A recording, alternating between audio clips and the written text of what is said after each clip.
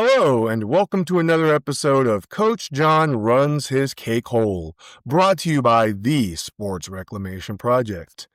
I am your friendly neighborhood youth coach, Coach Jon, and as always, thank you for stopping by.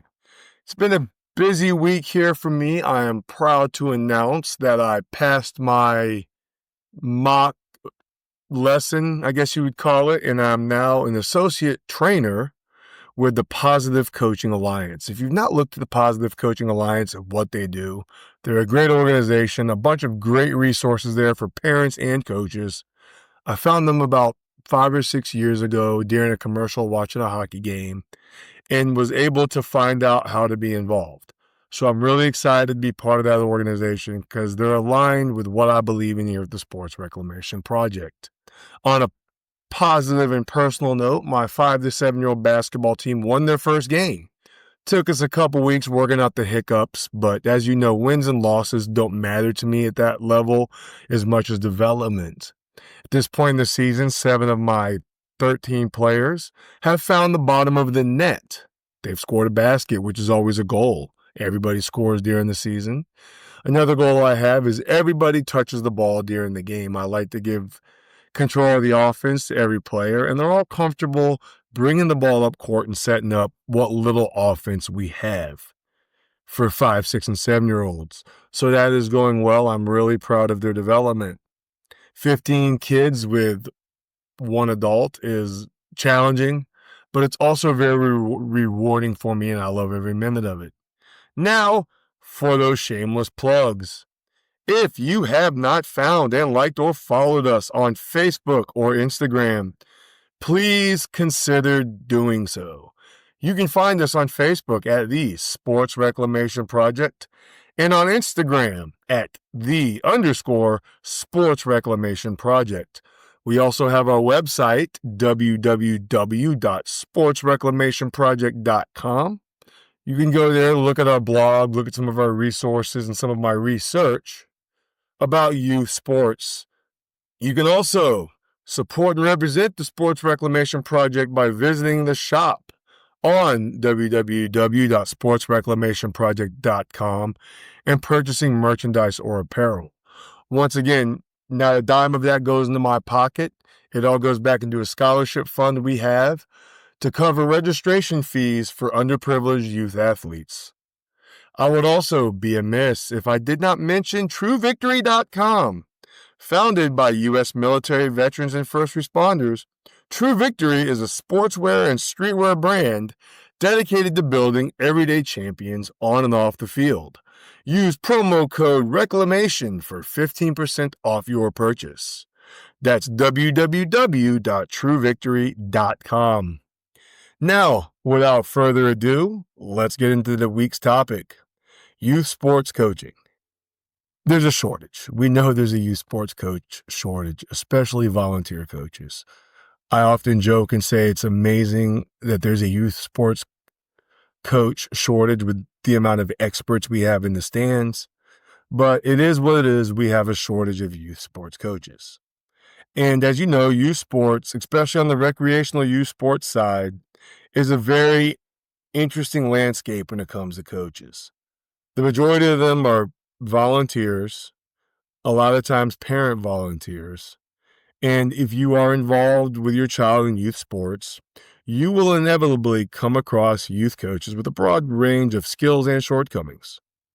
Now, I will always maintain that anyone volunteering their time so your athlete has an opportunity to play sports always deserves gratitude and respect. On the other hand, I also understand that some of them may have an agenda that does not coincide with what you're looking for in a youth coach. Now, the automated response here is if you think you can do better, please volunteer. However, I understand it's not always as simple as that. So what I would like to do is provide you with a few tips, do's and don'ts, whatever you want to call them, on how to approach and how to deal with specific types of coaches your athletes may encounter in their youth sports journey. There's quite a few types, but I'm going to give you a few I've seen and some tips of how to deal with them. The first one I call the professor. This is the type of coach that teaches or coaches over the kids' heads. Often, they're attempting to teach a complex skill or offense to kids struggling to do the most basic skills. In basketball, these are the guys wanting to run these elite offenses and plays with children who a lot of times don't know whether they're on offense or defense a lot of the times.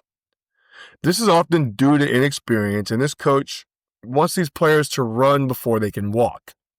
It can be overwhelming. It can be frustrating. I remember once having a conversation with a coach of fifth graders who, at a recreational level, wanted his team to run the triangle offense.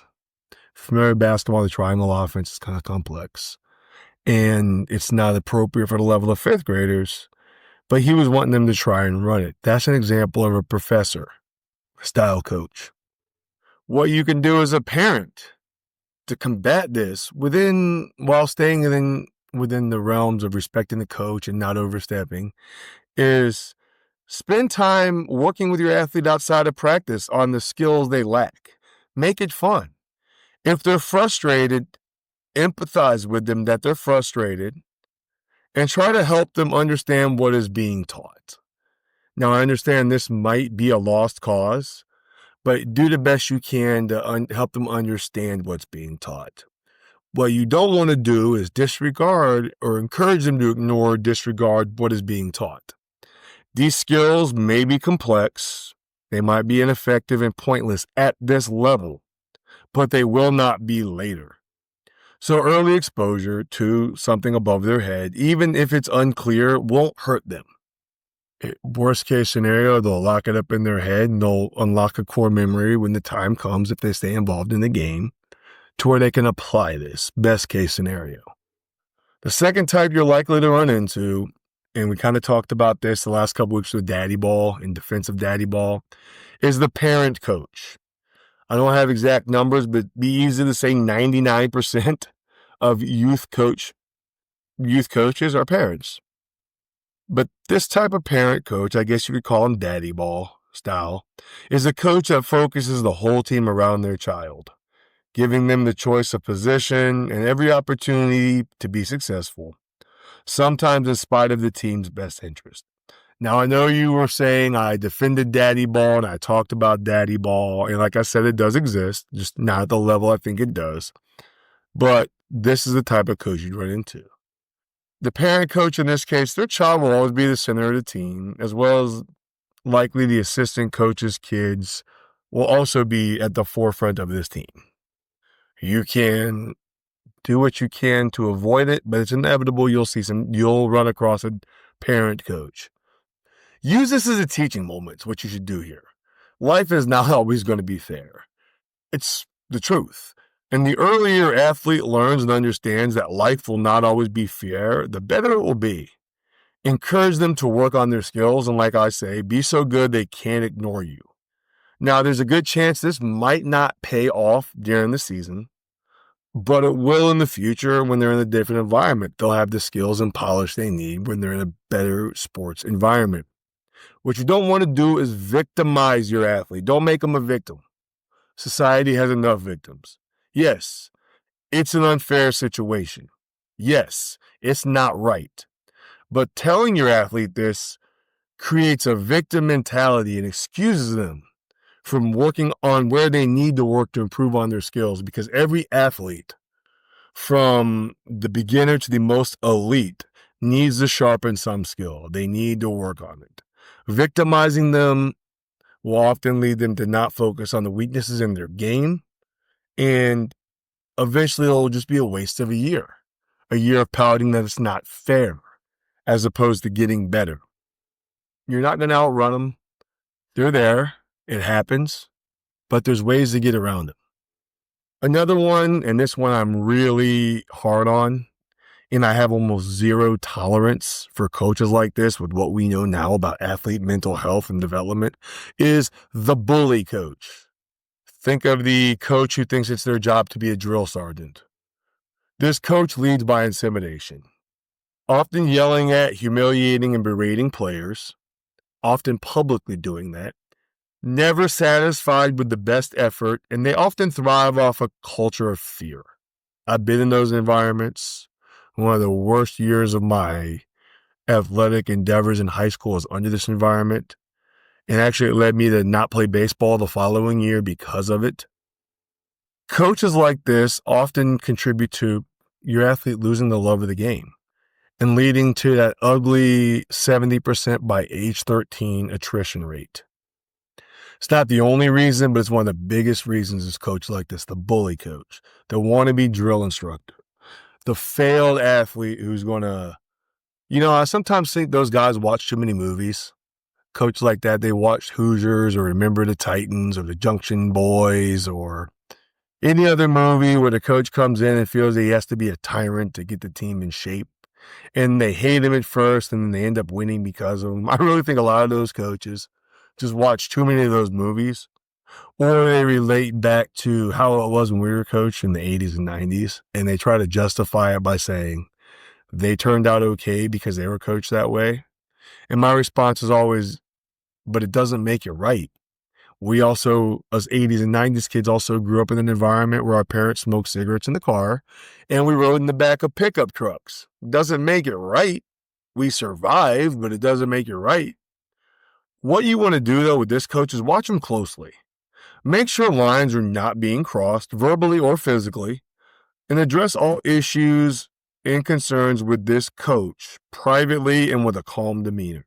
Do not worry about your child's place on the team, because if it's the type of coach that will take it up to your child, you don't want to be around them anyways.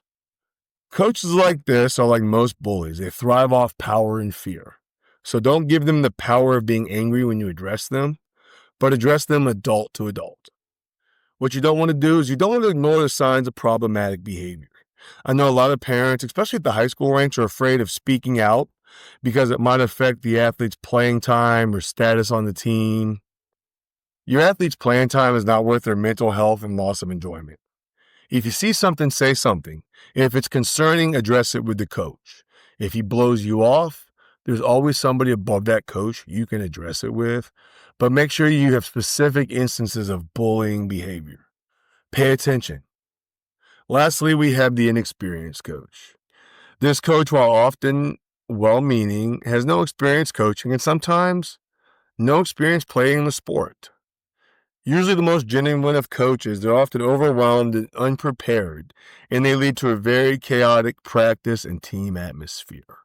An inexperienced coach who is not given the resources by that league to be successful, even if it's an old handout with drills he can do, has been set up for failure by that league. I'll put the leagues on the carpet for this one. I've been involved with a few leagues where I've seen it happen firsthand, and the results are never pretty. But this coach has stepped up. He's trying to do what they can. And here's what you can do in this situation. If you can, privately approach the coach. Offer whatever support you can provide to help out, but approach them from the angle that you want to help them and the team. Don't be critical. Don't be overbearing. Don't be condescending. Just if you have something that can help them, help them. Or sign up to be an assistant. Don't engage in criticism with other parents and spectators. Trust me, it's going to be happening.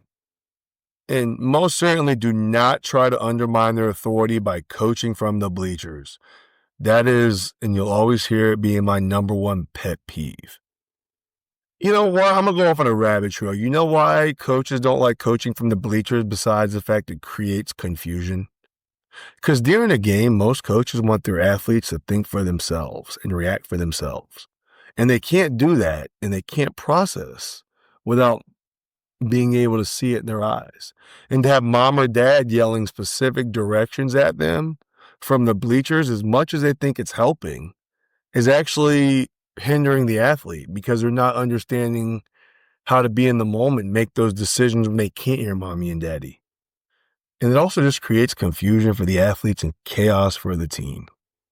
Those are my do's and don'ts. I mean, coaching youth sports is difficult, and being a youth sports parent is difficult. But instead of coaches and parents always being at odds, what if they work together to ensure the athletes on the court had the best experience? Do you think that might reduce the youth sports attrition rate we're looking at? and allow our athletes to keep their love of the sport they love to play? I do. Those are just my tips on dealing with coaches you'll likely run across if your child plays sports for any amount of time. And that's about enough of that, folks. We are jumping rapidly in the page as well. And again, it's all because of you sharing, liking, commenting, being active on my Facebook, my Instagram, going to my website, sharing this podcast with people. Cannot thank you enough. I'm growing, or we're growing, and it's because of you.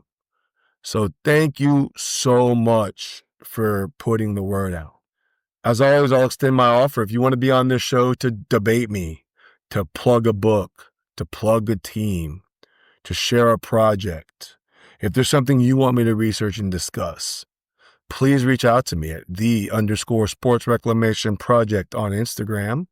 You can email me at john@sportsreclamationproject.com.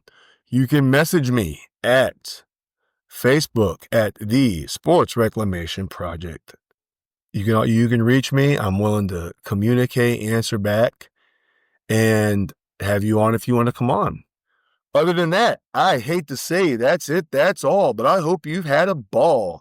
If you're heading to the fields, courts, or pitches to watch your child play today, remember, say thank you to their coach, be kind to those referees, and as always, tell your athlete you love watching them play. This is Coach Jon with the Sports Reclamation Project, and we will talk again later.